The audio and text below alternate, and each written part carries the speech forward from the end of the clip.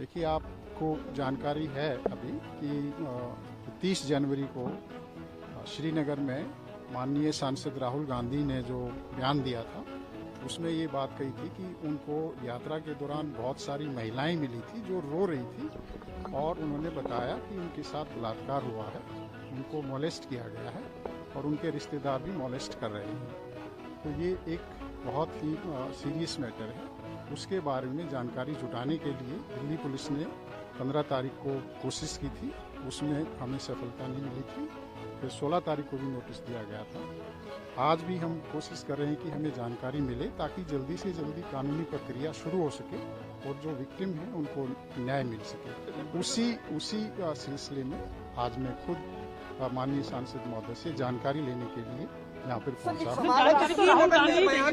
राहुल गांधी ही देंगे क्या? अभी तक राहुल गांधी से कोई संपर्क हो पाया है आपका सर? उनके स्टाफ को मैसेज कम्युनिकेट हो चुका है। श्रीनगर में बयान दिया था, दिल्ली पुलिस की क्या इसमें रोल आता है? देखिए, जो यात्रा थी वो दिल्ली के यहाँ से भी गुजरी थी और यात्रा के दौरान मैं खुद भी वहाँ पे उपस्थित था और हमारे काफ़ी जो पुलिस अधिकारी थे वो भी थे। और क्योंकि राहुल गांधी जी यहाँ रहते हैं, यहाँ से यात्रा भी गुजरी थी और हम चाहते हैं कि कोई भी ऐसे विक्टिम हैं जिनके बारे में हमें जानकारी मिल सके, तो ताकि उनको जल्दी से जल्दी हम कानूनी प्रक्रिया कर सकें।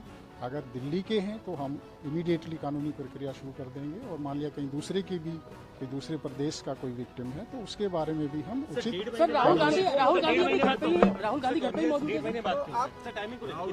देखिए, जो बयान दिया था वो सोशल मीडिया में काफ़ी स्प्रेड हुआ था। उसके बाद हमने उसको देखा, हमने इंटरनली अपना देखा कि दिल्ली के दौरान जो यात्रा थी क्या कुछ इस तरह की महिलाएं थी जो यात्रा के दौरान रो रही हों या राहुल गांधी जी से मिली हो। तो हमारी इंक्वायरी में इस तरह का हमें छानबीन में नहीं आया। उसके बाद हमने इस बारे में चर्चा करने की सोची थी कि राहुल गांधी जी से हम बातचीत करेंगे, लेकिन पिछले कुछ टाइम वो विदेश गए हुए थे और जैसे ही वो आए हमने उनसे रिक्वेस्ट की कि आप हमें इसके बारे में जानकारी दीजिए ताकि जो विक्टिम है उनका फर्दर कोई नुकसान ना हो या कोई भी एविडेंस है वो उसका कोई लॉस ना हो। अब कई बार क्या होता है कि मान लिया कोई विक्टिम है और उसको टाइमली काउंसलिंग नहीं हो या कानूनी प्रोसेस शुरू नहीं हो तो वो जो टॉक्सिक या अब्यूज का रिलेशनशिप है वो कंटिन्यू हो सकता है और उसमें उन विक्टिम्स को फर्दर नुकसान हो सकता है। या हो सकता है कि वो जो महिलाएं थी उन महिलाओं में से कुछ नाबालिग भी हों, कोई उसमें पॉक्सो का भी जो एक्ट है वो अट्रैक्ट हो सकता है। तो सारी जानकारियां, तमाम जानकारियां हम सांसद महोदय से लेने के लिए आज आए। धन्यवाद। इसके